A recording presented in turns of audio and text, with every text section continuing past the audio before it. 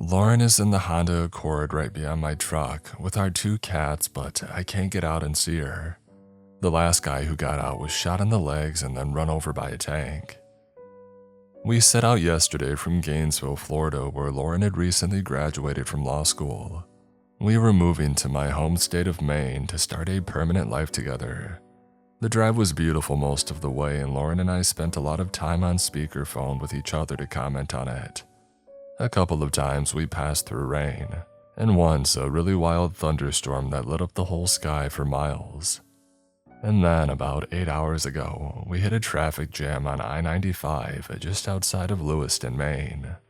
I took a look at the navigation thing on my phone, but it didn't show any red areas of heavy delay. It also had some trouble showing my exact location though, so I lit a cigarette and figured it would just be a few minutes. After about 15 minutes, I called Lauren. "How's it going back there?" I asked. In the background, I could hear the cats going nuts. "Oh, not great. Do you hear Hanky and Hattie howling? They started up as soon as we stopped. What's going on?" That must be an accident that just happened. My phone usually gives a heads up if there's planned construction or something. I heard one of the cats hiss while the other one yowled. "I'm so tired." "I know, me too. Let's stop and get something to eat once we make it through. Sound good?" "Yeah, okay." "Alright, I love you. Sorry about the cats." "Love you."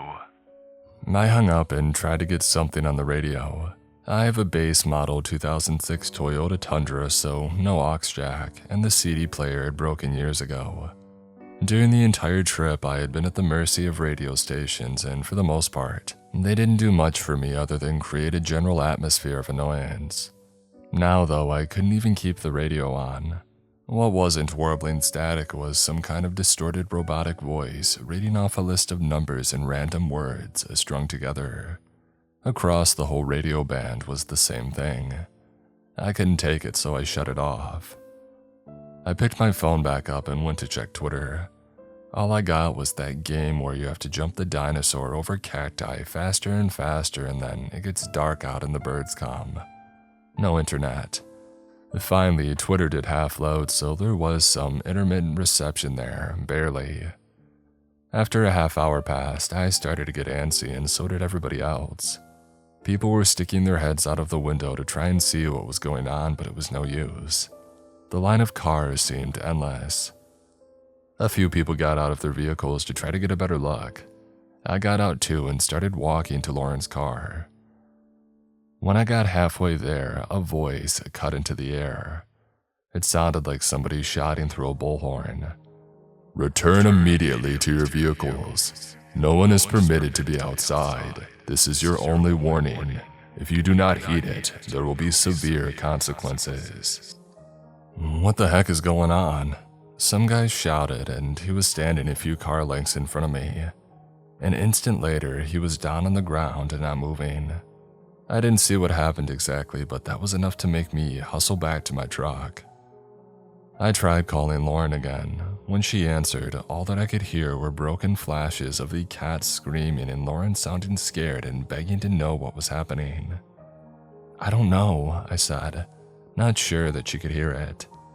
"Maybe they're searching for a criminal or something, I don't know." Then we were disconnected. A minute later, an ambulance was wailing its way down the right-hand shoulder. It stopped just past my truck and 2 EMTs jumped out of the back. They closed the doors behind them, but I saw that there was somebody else in there. Somebody dressed in riot gear holding a big gun. The EMTs dragged the guy that was yelling by the arms over to the ambulance. They opened the doors and sort of tossed him in and then followed behind. I saw the riot gear person again for a second, and then the doors slammed shut and the ambulance sped off down the shoulder out of sight. Somebody 4 cars ahead of me got the idea to follow the ambulance out of there. I watched as a red Hyundai Sonata with a New Jersey license plate tore into the shoulder lane and sped after the ambulance. I tried calling Lauren to ask her if she thought that we should try it too. It was a ballsy move for sure, but she had sounded at the end of her rope stuck in there with our wailing cats, so I thought she might be willing to give it a shot. This time the call didn't even go through. I was getting ready to try calling again when I heard this loud blast. A puff of smoke blossomed somewhere up ahead, and all of a sudden, there were chunks of a car flying through the air. A red car, very likely that red Hyundai Sonata. As I watched a flaming tire roll to a stop against the highway divider, I decided not to replicate New Jersey's maneuver. I heard the blast of a horn behind me, and I looked in the rearview to see that Lauren had her arm out the window, moving her hand around in a circle. Finally, it hit me that she was telling me to roll down my window, so that's what I did. "Can you hear me?" she shouted. "I can." I could even hear the cats. They sounded really freaked out. "What's happening?" she asked. "I don't know, baby. I think we're in some kind of military lockdown, maybe. I think we just have to sit tight." "Can you throw me a bottle?" asked Lauren. "What?" "A bottle, like a Gatorade or something. I know that you probably got 10 of them in your front seat." Yeah, it was true. Not 10 exactly, but close enough. I just threw all my trash on the seat of my truck until it started overflowing, whereas Lauren kept her car clean. "What are you going to do with the bottle?" I asked. "Well, that's something I want to shout out for the whole world to hear. Let's just say that we've been here a while and I don't think we're coming to a rest stop soon enough." But finally I understood. I reached over and grabbed a bottle. I chucked it out the window, but it was a bad throw, and bounced off the hood of Lauren's Honda. I tried again, and this time she caught it. She rolled up her window, and in the rearview mirror I watched her fuss around as she presumably tried to pee into the thing. This was when the fleet of massive trucks started rolling in on the southbound side of the highway divide. Some of them had cranes sitting on long flatbeds, and others had big chunks of some kind of metal material. Soon the southbound side was jammed up with these giant trucks in their haul, and then they started to get to work. "What are they doing?" asked Lauren. She opened her window back up. "Are they building a wall?" Well, that's exactly what it looked like they were doing. One crane would take a massive chunk of material and lift it into place either next to or on top of another chunk. "Yeah, they're walling us in," I shouted. I checked my phone for the 1,000th time. I had a bar and I used it to call 911. A lady answered. "What's the address for this emergency?" I-95 northbound, just before Lewiston, Maine.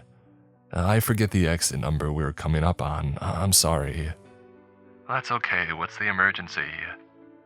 "Well, we're in this weird traffic jam and people are dying here. Cars are exploding. They're building a wall around us. They're trapping us here. I know that sounds crazy." There was a long silence on the other end. I thought maybe we had been disconnected, but then I heard her voice again crystal clear. "Sir, I'm going to need you to remain calm and stay in your vehicle. And if you would, roll down your window. Not the driver's side, the passenger side." "What?" I asked. And then I heard the tapping at my window.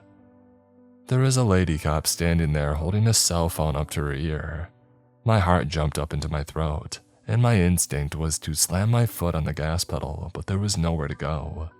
I rolled down the window. "You reported an emergency?" asked the cop. "Everything looks okay to me. We don't discourage anybody from calling emergency services if they truly think that there might be an emergency situation occurring, but everything appears to be perfectly fine here. I'll give you the benefit of the doubt this time, but remember that we also very strongly frown upon fraudulent 911 calls. You could be charged for that, sir. It's no joke." "Oh," I said, trying to hold it together. "I'm sorry about that. I did think that something bad was going on, but now I see that everything's okay. Thanks for checking in."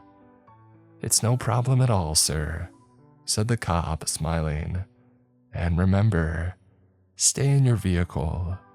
"Of course," I said, trying to smile, though I'm sure my face looked like a sweaty pretzel instead.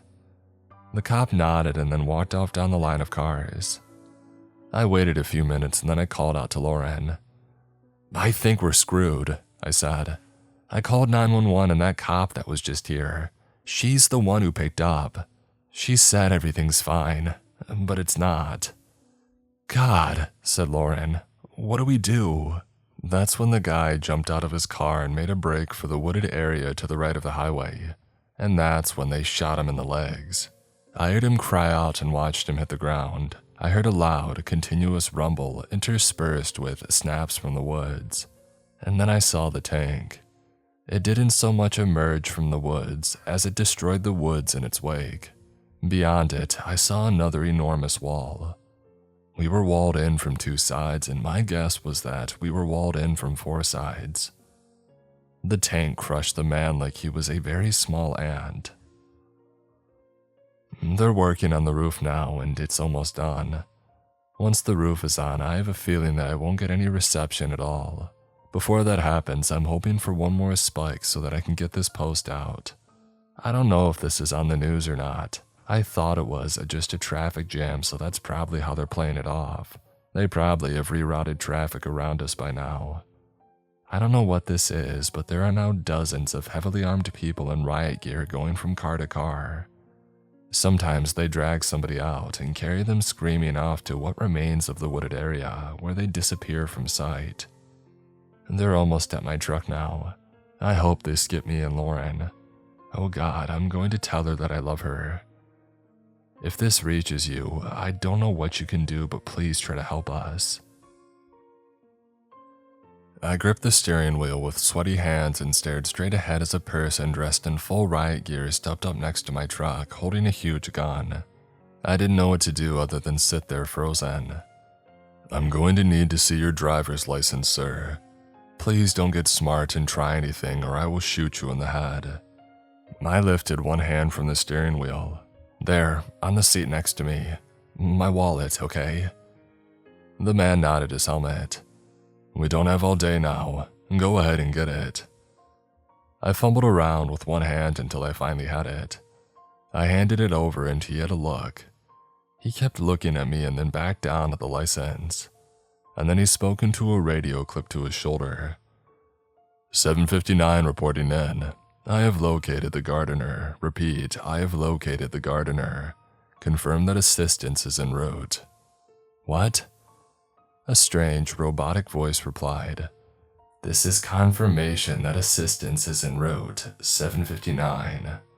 What is this? I asked the man. What's happening? We're saving the world, sir, he said, handing the license back. You'll understand soon enough. Please do not worry, everything's going to be okay. Somehow I wasn't reassured. Within a minute, 3 more riot gear troopers or whatever were marching toward my truck. Then they were all at the driver's side door. Please step out of your vehicle and come peacefully with us, said a woman. We have been cleared to take a non-violent approach with you, sir. You are very fortunate. What about my girlfriend? I asked. And our cats? They're in the car behind me.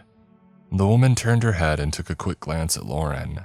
I could still hear the cats through the open window hissing and yowling. If she's on the list, said the woman, then she'll be joining you shortly. No, I said. If we're not together, then I'm not going anywhere. So you better check your list now. The woman nodded to the man who had originally come up to my truck. Check her out, 759, she said, and then she turned back to me. We have been authorized to use a non-violent approach with you, but commanded to bring you with us by whatever means necessary. I watched in the rearview mirror as this 759 dude looked over Lauren's ID. He spoke into his radio again and then walked back over. We have been authorized to bring the gardener and the gatherer together, he said to the rest of them. The what? And the cats, I asked. Back to the radio. This is 759. The gardener has requested to bring along 2 felines. They are currently secured in crates in the back of the gatherer's vehicle. Permission granted or denied. I held my breath until I could hear that robotic voice cut through the silence. Granted. I would have felt a great relief, except I wasn't sure if that just meant that we were all getting dragged off together to die in the woods. I guess that was better than dying alone, at least, if we were going to die anyway. I stepped out of my truck and walked with 2 big and heavily armed escorts over to Lauren's car. She got out and our captors, or whatever they were, let us hug. "Are you okay?" Lauren asked. "Sure," I said, genuinely smiling because I was with her again, having a completely normal one. "We will carry the felines," said 759. "I don't know, man," said Lauren. "They're not keen on strangers." 759 opened the back door and took out the 2 carriers. I thought that by then I would have heard it all from those 2, but what now issued forth from those carriers was a sound as though 10 witches were screaming while being burned alive. I thought that my ears were going to start bleeding. He handed the carriers off to 2 of his buddies and then shouted above the wild sounds of the cats, "Follow us, please." I looked at Lauren and wondered if we would soon be dead. I could tell that she was thinking the same thing and that answer was, probably.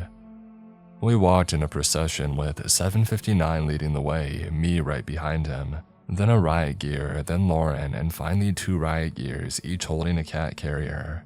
From somewhere far behind us, I heard a gunshot.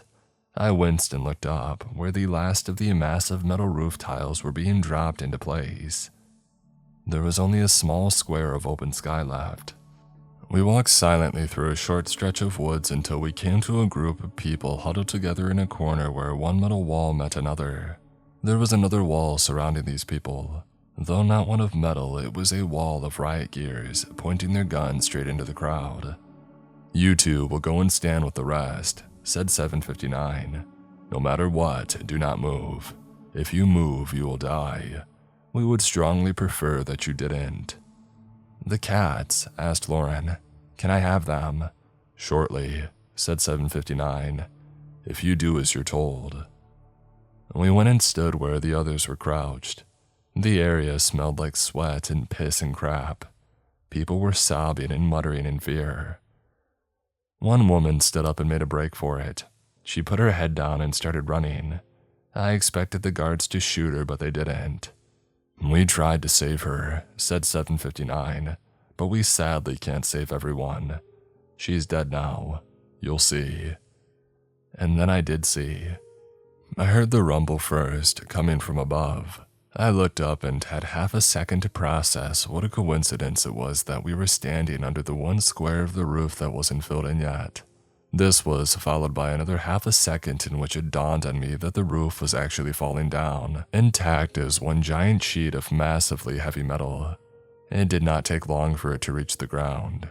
I stood there holding Lauren, looking around in shock. The roof was now the floor and it had crushed everything except for those of us who were below that one empty space. In an instant, it had crushed all of the trees and all of those cars with the people still in them. Everything. The woman who had run away, they were all dead now. Hundreds of people flattened to death in the blink of an eye. All of these survivors went silent. The only noises were our 2 cats, Hanky and Tatty, who had somehow become even more wild. They were clawing at the sides of their carriers and then the thunder from overhead. I looked up at the now completely open sky, and I saw the darkest and thickest clouds that I had ever seen. Bolts of lightning were shooting constantly from the darkness in every direction. "We're in hell," I thought. What is happening?" I asked Lauren. "I think the sky just fell," she said. A bolt of lightning crashed down several feet in front of us. The brightness made me instinctively close my eyes and I felt an incredible heat. When I dared to open them again, I saw the spot where the lightning had struck. It was glowing green. It got brighter and brighter and then, it's hard to describe. It's like that spot of the floor was suddenly sucked away into nothingness, and in its place was a vast, seemingly endless black hole. "Everyone now, please step into the portal," said 759. Nobody moved. We were all looking around in shock. "Everything is quite fine. The travel will not harm you. 766, would you please demonstrate?" One of the guards nodded and then walked over to the black hole. She turned around, stepped into it backwards like she was climbing down a ladder. I watched in disbelief as her leg was swallowed up by the darkness, and soon she was gone altogether. "What happens if we don't?" somebody asked from behind me. "Then we will shoot you," said 759 very matter-of-factly. You all have been selected for this journey, and it's our objective to see you safely through to the other side. But if you refuse, then you no longer serve a purpose, and our actions will reflect that reality." People started stirring. Those who had been crouching stood up slowly, but nobody was making any movement toward the hole. I squeezed Lauren's hand and then spoke up. "I'll go first." 759 nodded. "Excellent, a born leader. That's very good news." And then he spoke into his radio. "The gardener is incoming." I turned to Lauren. "You come right behind me, okay, baby? I don't think we have a choice. I love you." "I love you," said Lauren, obviously fighting back tears. I broke away and I walked towards the hole. There was just endless darkness there. I bent down and put a finger inside. It didn't feel like anything at all. I pulled my finger out and did like the guard did. I turned backwards and started climbing down the hole. It was very strange, as though the hole itself were very dense. So even though I couldn't feel anything solid under my feet, I could control my movements, and I didn't fall quickly into the darkness like I had feared. I stopped while my head was still in this world, and I took one last look at Lauren. My God, she was beautiful. And then I ducked down and I was on the other side. It was a short drop to the ground, which I wasn't prepared for. After moving through that dense hole, the resistance was suddenly gone and I panicked as I fell. But it was only a couple of feet and I recovered quickly. I still have not recovered from the strangeness of the world that I landed in. All around me, the ground was made of black rocks. I could occasionally see shocks of red scattered among the rocks. I later found out that these are some kind of plants. Above, the sky was covered in those same dark clouds that I had seen before. Bolts of lightning shot out continuously from them. In the distance, I saw what looked to be a single mountain standing tall. Other than that, the landscape was completely barren. It was mostly those rocks as far as my eye could see.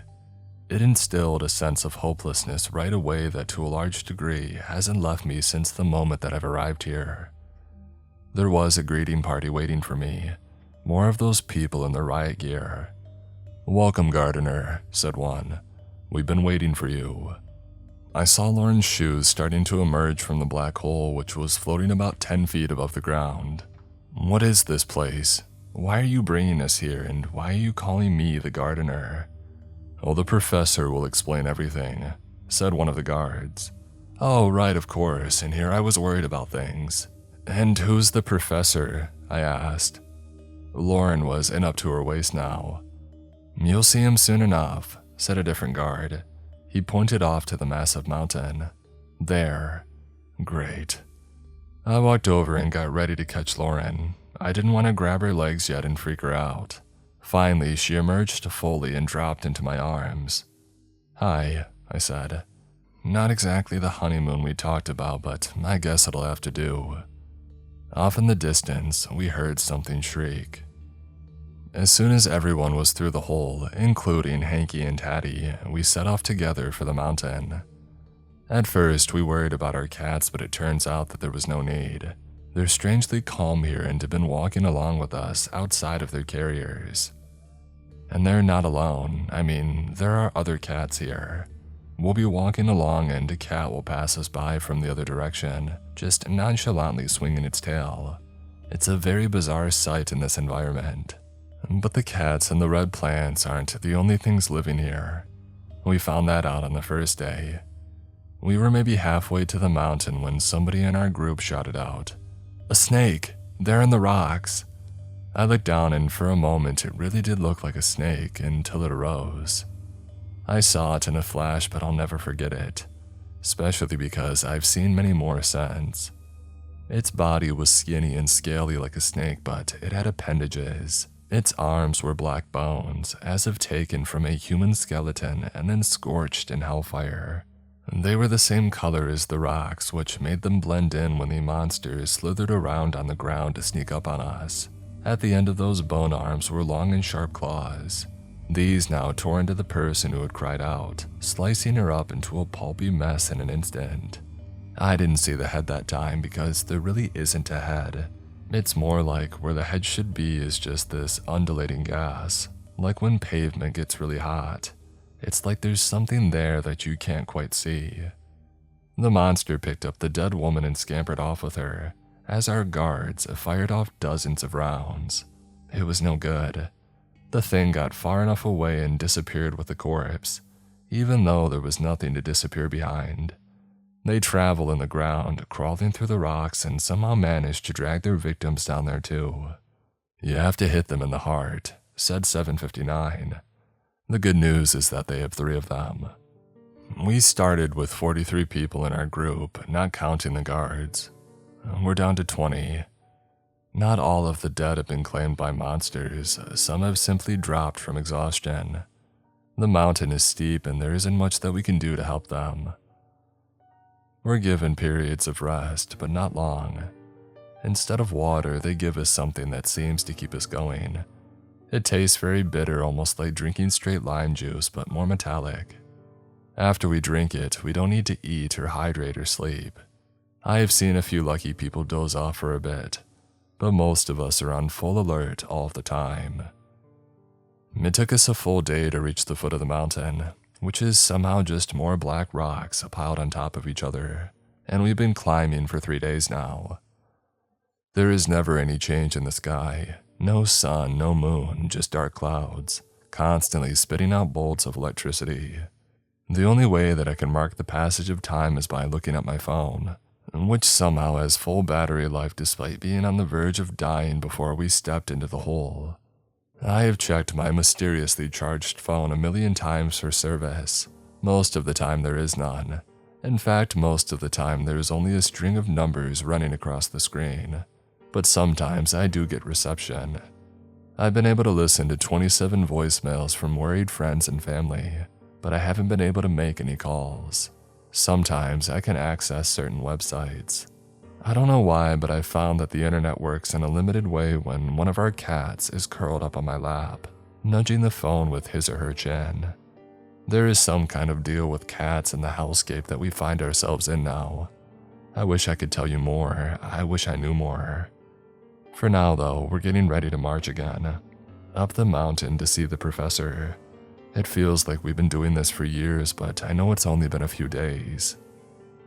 We only have a few minutes of rest period left, and I want to spend some time with Lauren, so I'm just going to try to send this out. I hope it gets to you. Your encouragement last time has really played a big part in keeping me going. A part of me wants to grab Lauren and the cats and just start running, but there's nowhere to go. It feels hopeless. But reading your messages have been a beacon in an otherwise utterly dark world. I'll try to keep you updated. At the top of the mountain, there was a large hut that appeared to be constructed of black bones. As we approached it, Hanky and Hattie started freaking out for the first time since we had entered this world. You are to meet with the professor, 4 visitors at a time, announced the guard, 759. He half lifted his gun and used it to point at a woman who was near the front of the group. You, he said, and then he selected 3 more people. You, and you. You may enter now. You may become enlightened now. The 4 people looked at each other nervously. They were obviously hesitant to enter that black bone hut, and I didn't blame them. It seemed somehow like death himself was in there waiting to swallow us up. Hattie let out a very mournful yowl as the dark clouds above continued to spit out endless bolts of lightning. Now, said 759, lifting his gun fully. As with everything else since this nightmare started, we didn't seem to have much of a choice. Follow the orders or be murdered. One of the 4 walked up to the hut and pulled back the red curtain that served as its entrance. He stepped in and the others followed. They were in there for a while, maybe an hour. We sat outside, waiting for our turn. It was the longest amount of time that we had been still since stepping through the black hole. We sat in exhausted silence at first, while Hanky and Hattie hissed and cried. And then we started talking to people for the first time, really. Lauren turned to the woman sitting next to her on a black rock. I'm Lauren, she said. What's your name? Amelia, said the woman in a tired voice. Why do they keep calling you the Gatherer? Lauren shrugged. No idea. What do they call you? 802, said Amelia. I think that means I'm supposed to become one of those guards with the guns. Though why or how or what this place is or what is going on, I have no idea. Like, why are there cats just wandering around here? What are those weird plants? I mean, what is this place? I'm as lost as you, said Lauren, but I think we're about to find out. As she said this, the curtain opened and the 4 people who had gone in stepped out. They had wide smiles plastered across their faces and they looked very relaxed, the total opposite of how they looked going in. 759 selected 4 more people including Amelia and we sat waiting for our turn. We tried to get some answers out of the people who had already gone in, but they weren't saying much. Everything's going to be just fine, was all that they would say. You'll see. I tried to get our cats to calm down so maybe I could take advantage of the wait time to get some internet reception, but they were both backed up against rocks with their tails straight up and their fur on end, baring their claws and swiping at anyone who got near, including me. We made some more small talk with the people around us, but nobody knew anything more than we did. Eventually, we settled back into silence. I sat there with Lauren's hat on my lap waiting. We were so exhausted, but the weird drink that they had been giving us wouldn't let us go to sleep. From inside of the hut, I heard a scream. Lauren bolted upright and we all stared at the red curtain with wide, terrified eyes. Finally, it opened, but this time only 3 people stepped out. Like the others who had come out before, they seemed perfectly happy with life, but they were one short of the 4 who had entered. And then it was our turn. 759 pointed to me, and then Lauren, and then 2 others. You ready? Lauren asked. No, but I don't think we have a choice, I said. I went first, and I pulled back the curtain and stepped in. I was instantly overwhelmed by uncomprehending terror. The first thing that I noticed, because it was the only thing moving, was one of those horrible creatures of snake and bone with a shimmering ghost head crouched in a corner. It was tearing into a human body, the guy before us who hadn't made it out. A spray of blood and body parts splattered against the bone walls of the hut. Next, my eyes moved to a large machine sitting on a table. It had all sorts of levers attached to it, and it was making a constant whirring sound, which could barely be heard above the wet noises of the monster ripping apart the corpse. There were several wires coming from the machine and I followed them with my eyes. They ran up and over to where 4 people were sitting strapped to chairs. They were sitting motionless, only occasionally blinking with wide open eyes. The wires ran into their heads and then back out of them. On the floor next to the chairs was a cat carrier. Inside was a cat apparently sleeping peacefully, with a wire also running into and out of its head. The wires ultimately led to a man sitting cross-legged in another corner of the room. He had shock white hair and was wearing large eyeglasses, and the wires terminated in his head. His eyes were closed. Then he opened them, looked straight at me, and then said, "Hey there, Chief. Been waiting for you." Once we were all inside, the professor began. 15 years ago, I discovered a portal from the new world to this world that you find yourselves in now. And make no mistake, Earth is young. It's only been there for 4.5 billion years, and it will not last much longer. This place, this wonderful place where everything is possible, it's been around considerably longer, and it'll be around for as long as we sustain it and harness its energy. Earth was never suited for us. We were always destined to destroy it. But this world thrives on us. It needs us, and for too long we have neglected it. Even 15 years ago, this world was quite different. It has been dying rapidly, and that's why you're here. We are going to save it. We're going to save all of the people on Earth, or most of them anyway. The professor let out a chuckle and then continued. When I first stepped through the portal, the wormhole, I was overwhelmed by this world's energies. I was transformed instantly and my mission became clear. I had to save everyone and everything that matters. So I went back to the new world to get started. But I wasn't ready, everything was still too raw. I couldn't control the new energies inside of me and, well, things didn't go well. I slaughtered some Harvard students and my body was riddled with bullets when the police found me. But I didn't die, I just came back here. Upon my return here, I knew that I needed to take my time and devise a plan. That's what I have been working on for the past 15 years, and that is where you all come in. But before I tell you what that plan is and what you'll each be doing, I want to show you why we're doing this. The professor reached up and pulled one of the wires out of his head. There was a sharp needle attached to the end. "Stick this in your head," he said. "Each of you. Don't worry, it won't hurt and it'll go in easily.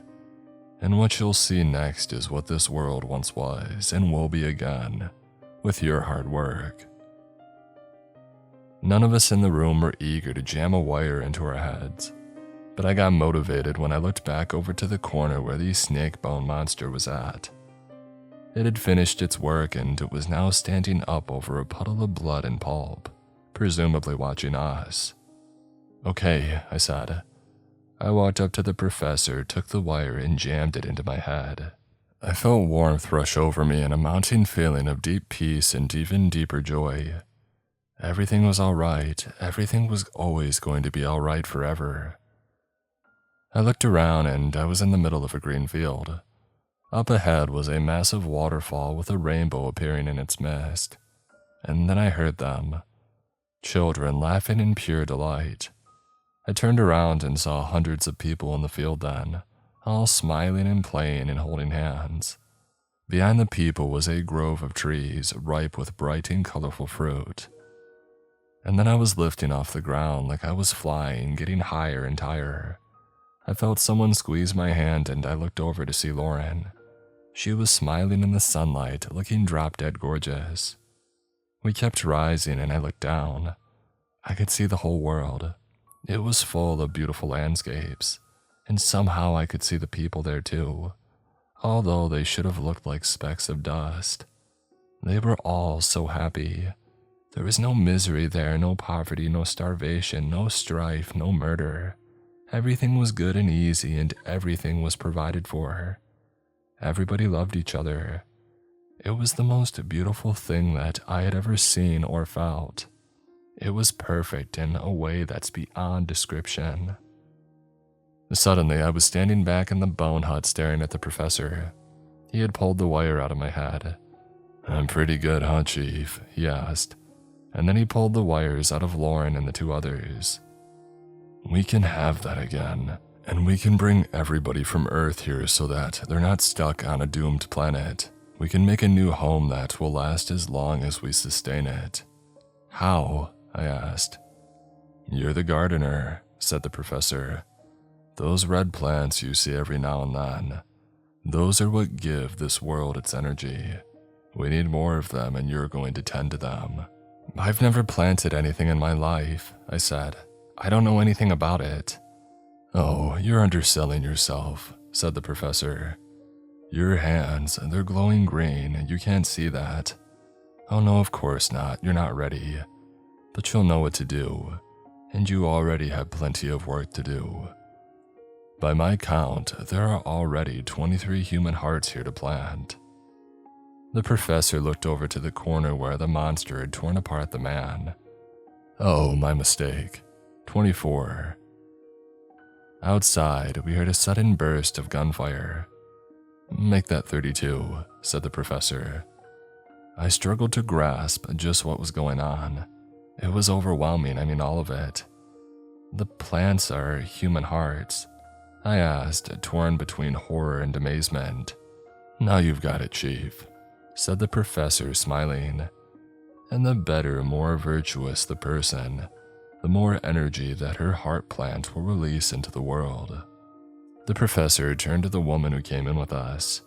"Your heart glows gold, my dear. That is why you're the judge. You will travel the new world and find the purest hearts for the gardener to plant. Next, he turned to Lauren. And you with the silver tongue. You're a master of persuasion. Well, he's right about that, I thought, looking down at the pink flowers on the shirt that I was wearing, which she had picked out for me. You are the gatherer. You must also return to the new world and convince these people, the ones whose hearts we need, to gather at certain places at certain times. Their hearts must enter this world still beating for this to work. The professor turned to the other man in our group of 4. And you are the engineer. Your brain flashes with electric energy. You will help me work out some technical issues that I've encountered. Our goal is ultimately to be able to control when and where the wormholes open. I achieved that once 15 years ago, but that was when this world had far more energy. So you didn't cause the wormhole to open up? Asked the engineer, the one that brought us here. No, said the professor. I was given advance warning of it due to energy spikes coming from the new world. That is why I sent my agents in that world to set up the blockade. But why us? Asked Lauren. I know we have glowing body parts or whatever, but how did you know that? How did you know that we would be there? The professor shrugged. I didn't, but once you were there, I could detect your energies and I knew your names. I have means of communicating with the new world. He pointed first to the cat in the crate and then to the giant wearing machine. It is powerful but imperfect. That is the one thing that the engineer will help me with. At any rate, once I realized there would be a mass of people within range of the wormhole, I decided that now would be a good time for serious recruitment. And the others? Asked the judge. The ones who got crushed in their cars. Some were brought here to be soldiers, some were brought to be plants, and you were all brought to serve your purposes. But some have no purpose whatsoever. Initially, there will be some unfortunate sacrifices, but once we have this world back to where it was, and once we can control the wormholes, we will bring everybody here. It will be paradise. You've seen it yourselves now. You know that it's true. I've got a question, I said. What is it, Chief? What's the deal with the cats here? The professor shrugged. They've been here forever, for many billions of years. At some point, a few wandered into a natural wormhole, and so now they're in both places, the new world and this one. They are very useful. They are a link between worlds. Now, if there are no more questions, it is almost time to get to work. You've had a long journey, so for the remainder of the day you will rest. Tomorrow evening, a small wormhole will briefly open, allowing the gatherer and the judge to return to the new world and begin their work. I believe that you will land somewhere in the Midwest of the United States, though it should become clearer where exactly as we get nearer. The gardener and the engineer will stay here with me and begin their work. That is, assuming that nobody objects to their assigned roles. I took another look at the puddle in the corner. No, I said. We're good.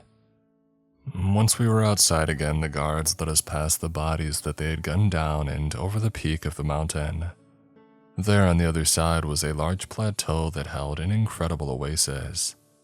All around it were the same black rocks and dreary landscape. Then, encircled by a ring of those red heart plants, were lush green fields and sparkling ponds. I could see trees overflowing with fruit. A small break in the clouds allowed the sun to shine through onto that one spot.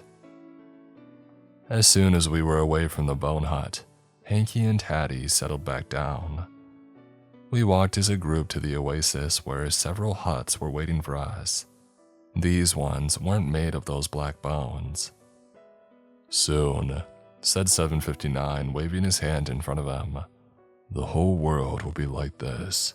All will enjoy it. For now, we will enjoy it ourselves. Go and rest. As soon as I stepped into the oasis, as though walking through some invisible barrier, I felt a rush of warmth run through my body. It wasn't the pure joy that I had felt before when I had the wires stuck in my head, but it was a taste of it. I felt completely at peace. Lauren and I found an empty hut and settled in with Hanky and Teddy. It was the first time that we were alone together since this had started. I was feeling, rather, I made my move, leaning in for a kiss. Lauren pushed me away. "This is wrong," she said.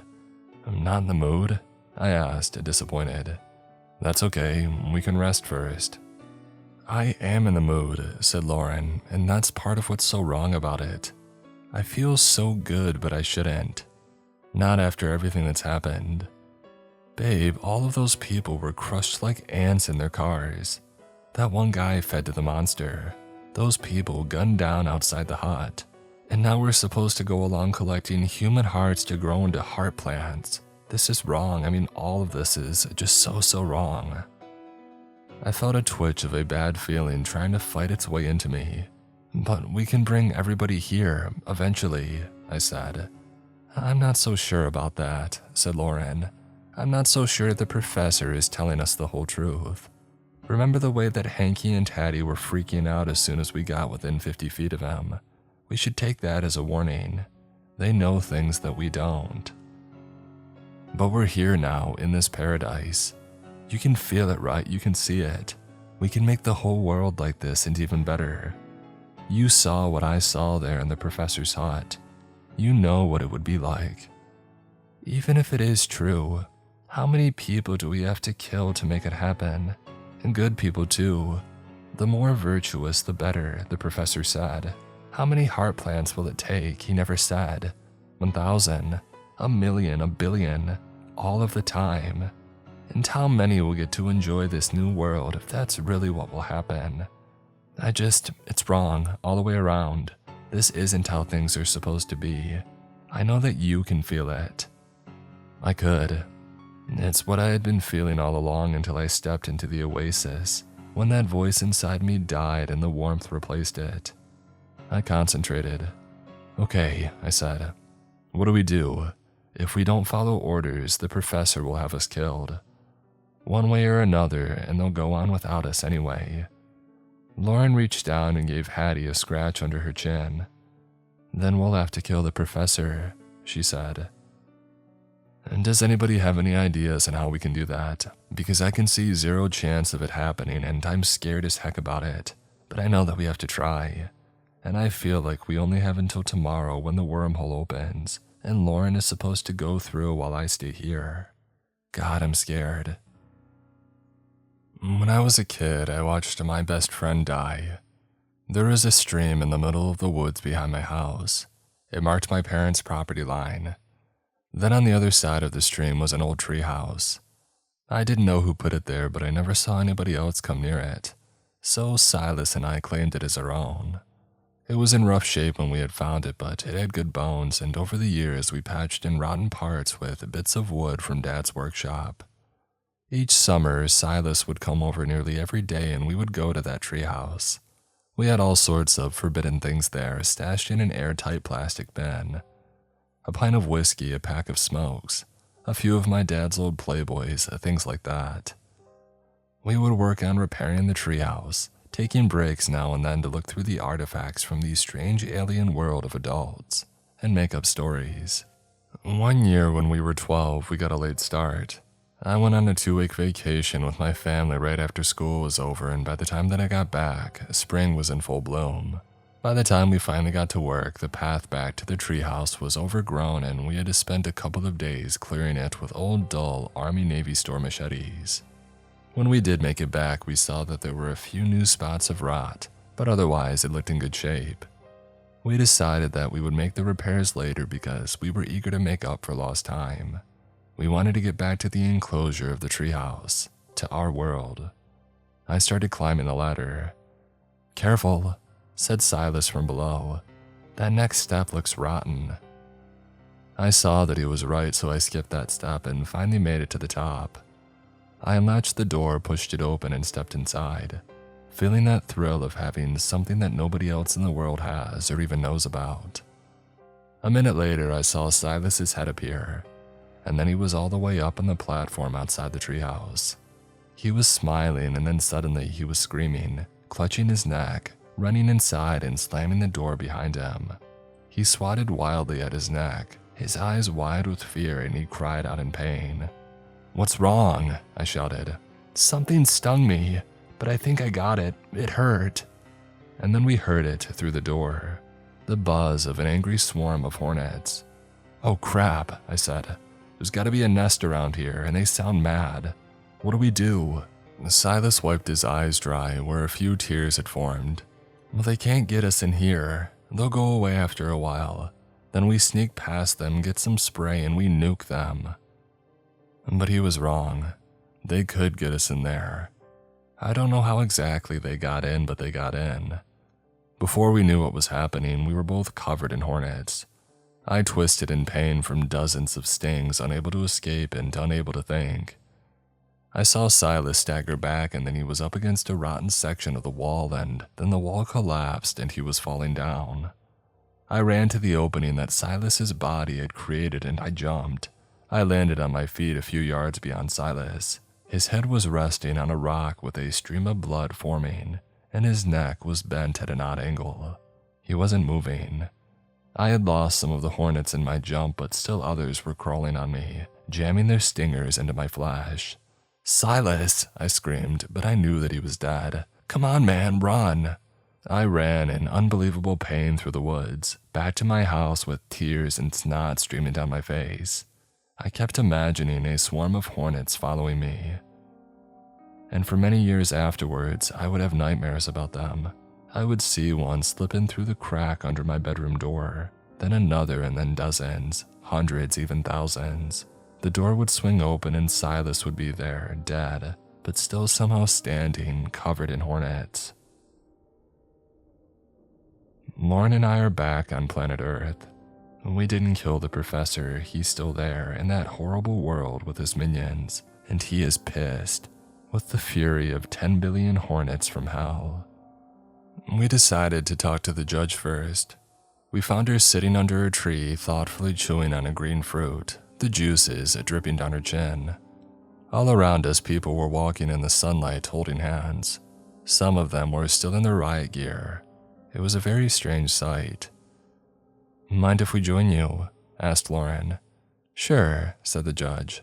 "Have a seat. It's so beautiful here, isn't it?" It was, and I had to keep fighting that feeling of deep peace to stay focused on our mission. "Yes," said Lauren, sitting down next to the judge. "Can I ask you something?" "Shoot," said the judge. Lauren lowered her voice. "Well, you're supposed to be this amazing judge of character.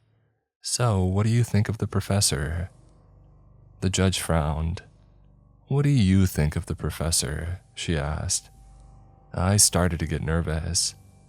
On the way over there, we could hear little flashes of conversation from the people walking around the fields. Much of it was Professor this and Professor that, all about how great he was, like they were brainwashed or under some kind of spell. It seemed dangerous to share our plan with other people. At the same time, though, I knew we couldn't do it alone. "Lauren, maybe we shouldn't." "It's all right," said Lauren, and then she turned back to the judge. "What do you think of the professor?" "I think that, at a minimum, he's not telling us the whole truth, and he's probably lying about everything. I don't trust him. At all." I held my breath as the judge looked around silently for a moment, and then she spoke. "Oh, thank God, I thought I was the only one. My name's Darcy, by the way, and I run a bookstore in Michigan. Or I did anyway. The only thing that I've ever judged is a pie contest, so I can tell you that I don't know where all this judge stuff is coming from. And another thing that I can tell you is that the professor guy's a creep. No, he's a monster, killing all those people. Even if what he says is true, there is no need for that elaborate massacre. The guy is sadistic, I know that much." I let out my breath in relief. "Then you're with us?" I asked. "With you?" "We're going to stop him. We're going to stop the professor and then get out of this place." Darcy laughed. "And what's the plan?" The three of us roll into that death hut of his and ask him nicely to stop and let us go. Well, I admitted, we don't have much of a plan right now. We're going to talk to the engineer next.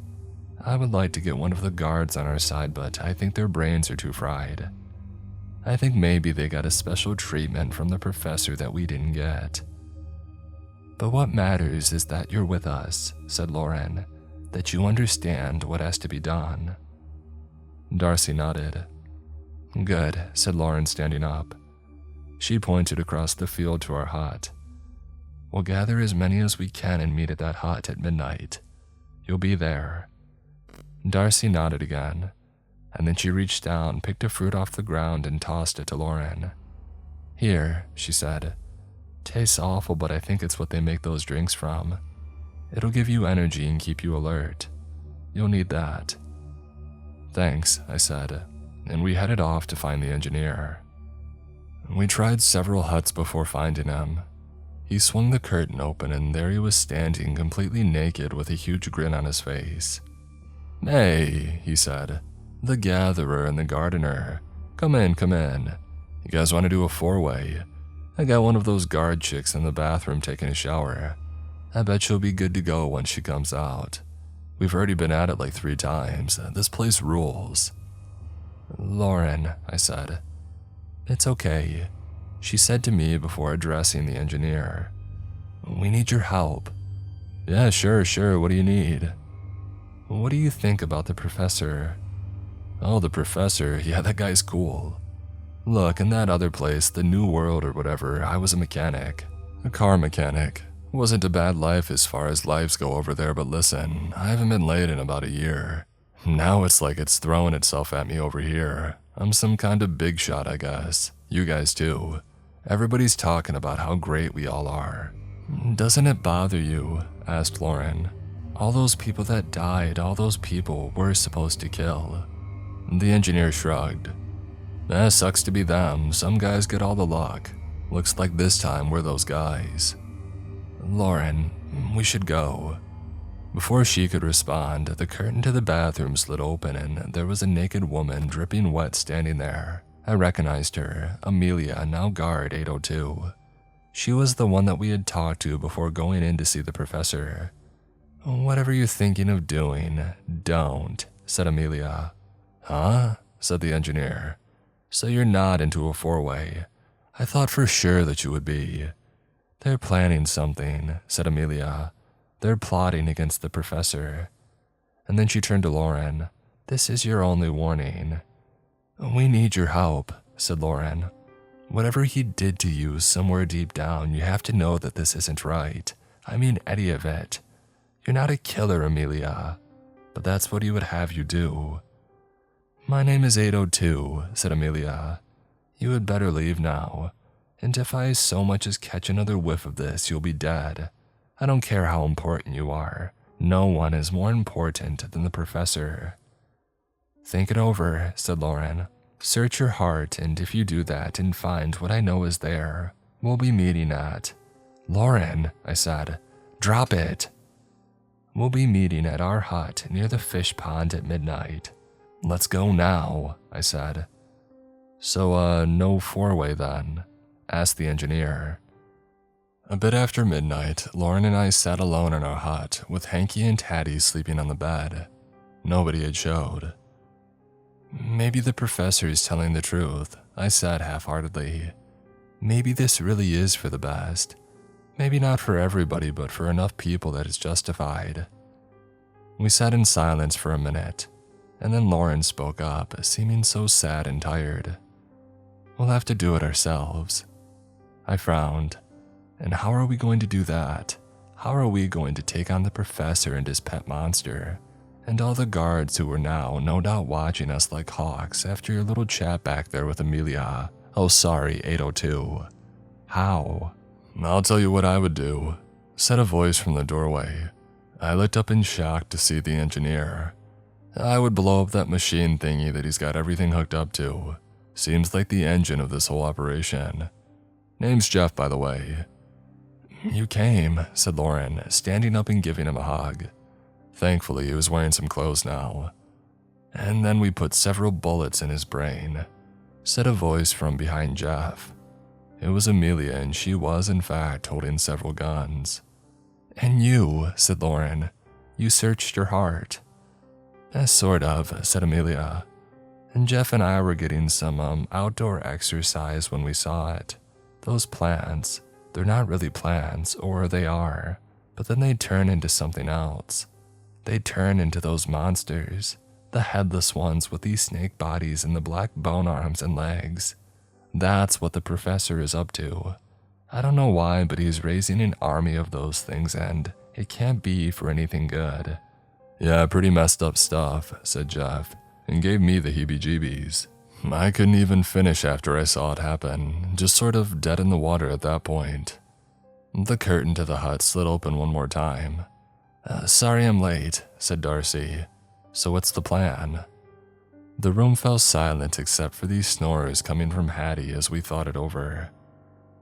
"We do it tomorrow," I said, "when Lauren and Darcy are supposed to go through the wormhole. We wait until after the wormhole opens so we have a way out if it goes sideways. First we get the professor and we take care of him once and for all. Then Jeff gets the machine while the rest of us cover for him.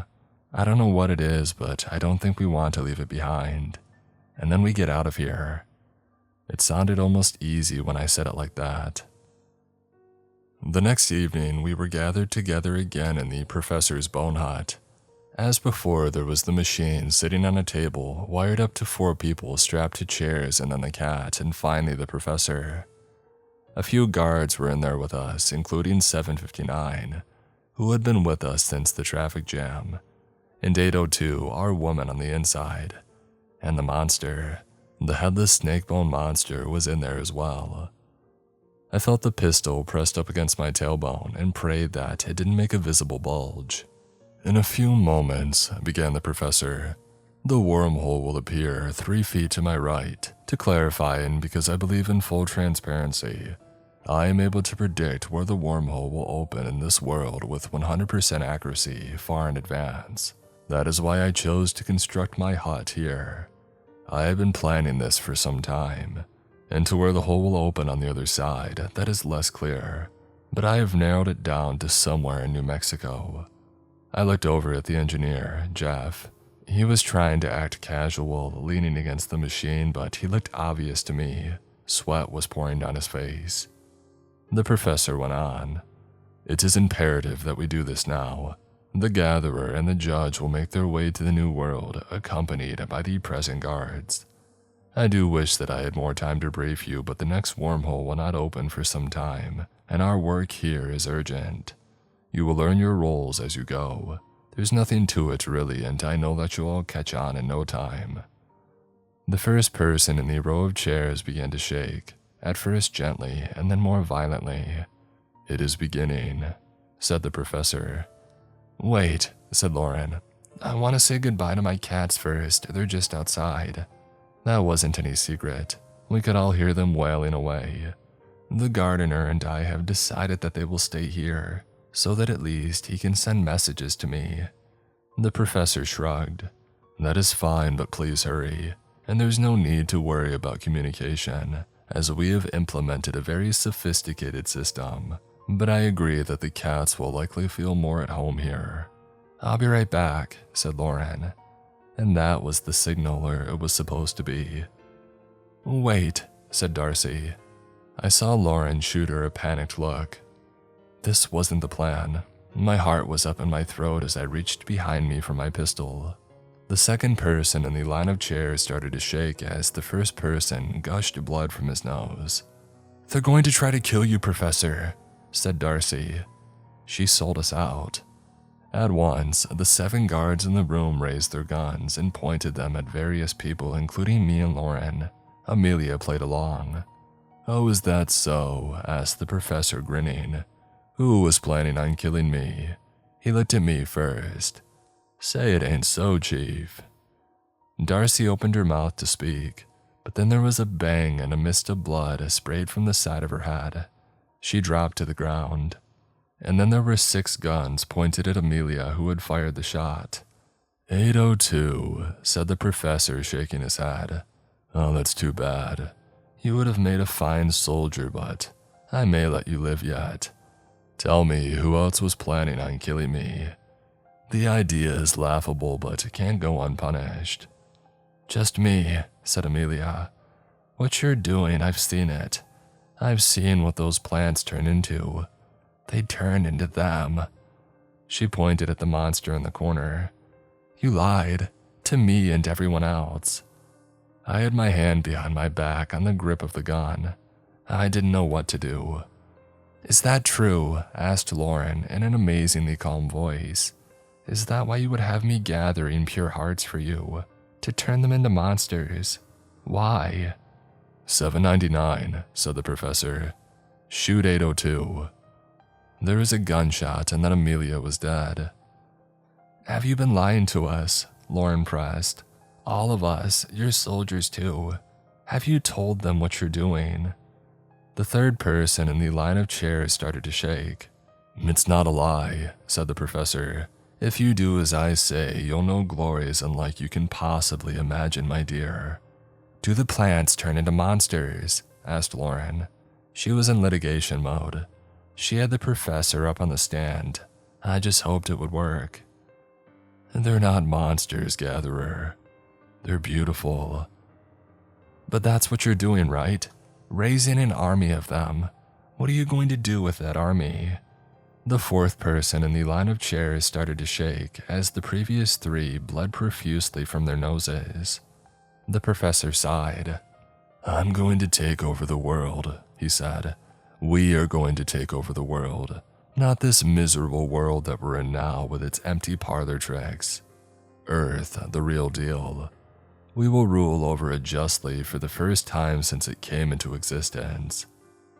I could see the confusion spread over the guards' faces as I gripped my gun tighter. Off a few feet to the professor's right, I saw a pinhole of pure blackness appear in the air. The wormhole was opening. Is that true, boss? Asked 759. That's what the game was this whole time. Raise an army of these things to bring over to the other side. Yes, said the professor, but everything I've told you is true. Once we conquer it, Earth will become a paradise. The monster in the corner of the hut took a step forward out of the shadows. For the first time, I saw the head clearly. It was the head of Silas, my childhood friend who had broken his neck when he fell from the treehouse. When I saw its face, I felt a terror unlike I had ever known. Please, said the monster walking towards me. We can be together again forever. We can all be together forever. We don't have to die. We can live again and again and again. I pulled the gun out without thinking, cocked it, and fired it straight into where I guessed the thing's chest would be. The bullet hit. The monster let out a terrible shriek and shriveled up on the ground. That shot set off a blur of events. The guards began shooting, some at each other, others at the professor, some at me. I felt a sharp and incredible pain in my shoulder like 10,000 hornets stinging me at once, and I knew that I had been shot. On impact, I dropped my gun and fell to my knees. The wormhole was getting larger. Some of the guards were falling down dead. The professor was shaking as bullet after bullet hit him, but he wasn't stopping. Lauren was rushing towards me and shouting something. Jeff, she was saying, do it now. My eyelids felt heavy, but I struggled to keep them open. I watched Jeff unload his pistol into the whirring machine where all the wires were coming from. Sparks flew through the air and there was a burst of light as the machine exploded, and then Jeff was flying through the air on fire. We have to go now, Lauren said, pointing at the wormhole. The gunshots were still going off, and guards were coming in from outside and everyone was shouting. I forced my eyes open with a great effort and I saw it. The professor dropped to the ground. As soon as he did, the room fell into shocked silence until we heard the first pop. I looked over and saw that next to the smoldering machine, the first person in the line of chairs had a spaghetti mess of blood and brains where his head should have been. I actually saw it happen to the second person. Her head popped like a balloon. Now, said Lauren, the wormhole's closing. I saw that it was in fact getting smaller now as the third head exploded. What about the cats? We can't leave them here. Crap, you're right. She shoved her gun in my good hand and told me, stay here, and then she ran out of the hut. That's when the professor arose. Black bones began tearing out of his skin, dripping with green slime. Bones grew out of his chest, his arms, and his back. The most monstrous one of them all had revealed his true form. He roared as a volley of gunfire tore into him. One by one, he began tearing the guards apart easily with long black claws, as if they were junk mail. Soon they were all dead, and he turned to me. You really screwed the pooch here, Chief, he said, smiling with hideous black fangs and dropping a string of green drool. We could have had it all. Now I'll have to plant your heart myself. He reached a clawed hand toward my chest as I fired a few useless rounds into his. Just as I was prepared to die, I saw a flurry of motion and heard some wild sounds over the ringing in my ears, and then I saw what was happening. Hanky and Hattie were attached to the side of the professor's face, tearing away at it, and he was howling in pain. We have to go, screamed Lauren back at my side. The wormhole's almost closed and outside. There are millions of those monsters out there closing in. We have to go right now. We can't leave the kiddies, I said. We have to. Lauren grabbed me and lifted me to my feet with amazing strength. She shoved me into the wormhole, and the last thing I saw before going through to the other side was 759 rising to his feet, with his guts hanging out and charging at the professor. On the other side, I saw Lauren start to emerge, but the hole was closing too fast. She was too big. I grabbed onto her with both arms, though my right arm was in such incredible pain that I don't know how it was still moving. I pulled with all my strength, and inch by inch, she came through all the way. I looked up at the rapidly closing hole and I started crying.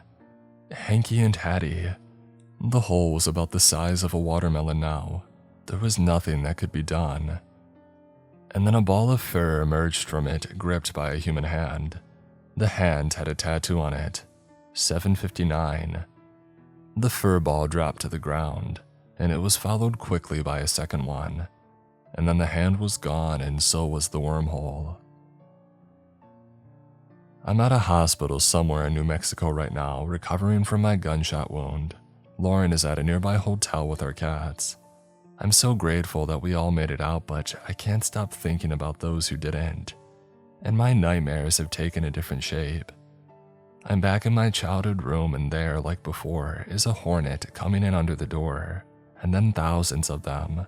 The door swings open, but this time, it's Silas as the snake bone monster, and behind him is an army of them, millions upon millions.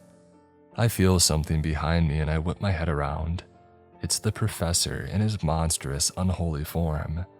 His black fangs are dripping with green slime. Hey there, Chief. It's not wise for me to be posting this. The professor has agents in this world, I don't know how many. I think that we destroyed his main means of communication when we had destroyed the machine, but who knows? I was able to post across worlds just by my cat rubbing on my phone. First, I have to let you all know that we're okay, or at least alive. So many of you showed such warm concern for us throughout this, and I can't let you down by going silent before I tell you how it's turned out. The other reason is that I need you to be prepared. The professor is still there, I think alive and fuming in that other world. And he has an army, a massive army of monsters. His plan is to bring them here and take over this world.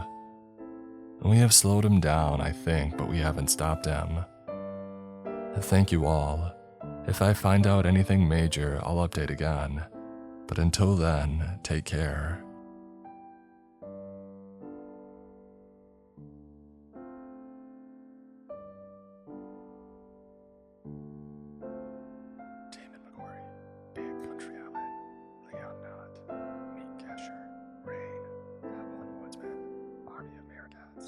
Sendos Adrian, SWAT, Taki and Play, Raphael, Smiling Cat, Dragon Slayer 048, Die Screaming, Malcolm Black, Slavey Shroomy, Nelson Asada, Sanjay Ambam, Dalamagara, Jimmy Griffin, Kaden Gibbler, Kathy Moyer, Massacre 91, Justin Fonauer, Dino, Takio Surla, Deggy, Jerry Ramey, Miss Eldridge,